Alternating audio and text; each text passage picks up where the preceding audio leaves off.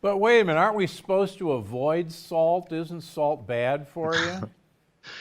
Yeah, isolated sodium chloride, it can be problematic. So yes, sodium can be an issue, but when accompanied by potassium and the 70 plus other minerals that are necessary for sodium to actually work properly within the body and not cause issues with hypertension or net acidity or anything like that, then it's a non-issue. So it depends on what your source of salt actually is. And I'm a sucker for great salts. I have a Celtic salt I use. I get black Kona salt.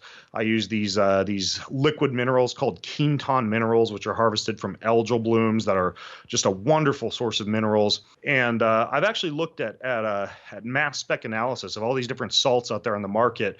And when it comes to the highest amount of minerals and lowest amount of metals, microplastics, a lot of these other things that we do tend to find in salt, there's one really good brand, and you can find it at any grocery store, just about. Order easily online, and that's the Celtic brand salt. Just that one that comes in a little blue bag. That's one of the best salts. You can just put pinches of that in your food and your water. It's got all the minerals, that balance out the amount of sodium.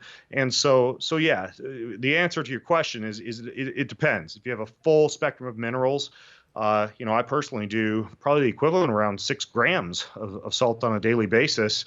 I have wonderful blood pressure, and I used to go to bed at night, especially when I was competing as a Ironman triathlete, and I could hear my blood pounding in my ears. Also, some sluggish energy during the day that I think was related to exhaustion of mineral supplies in the adrenal glands, and that was back like 8 years ago. And based on the advice from an exercise physiologist, I began to supplement pretty heavily with minerals and with good salt.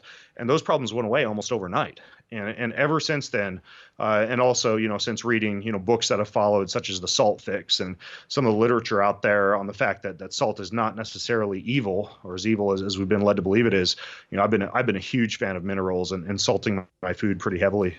I'm going to put a proviso in there. I'm a big fan of salt in those forms, but I've seen kind of a mini epidemic of hypothyroidism in patients who do not get iodine in their diet that they used to get in iodized salt.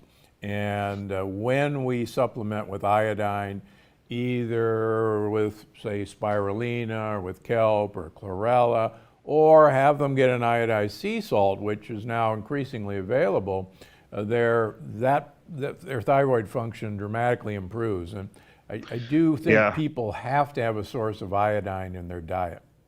Yeah, what I do is every day for lunch, I have a big cup of bone broth, put about 2 teaspoons of seaweed vegetable minerals in there. I get them from Dr. Thomas Cowan.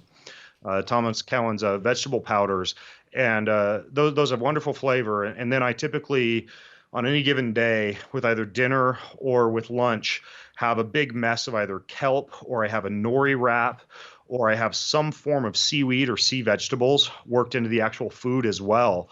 So I think I'm getting a pretty good amount of iodine just from sea vegetables and seaweed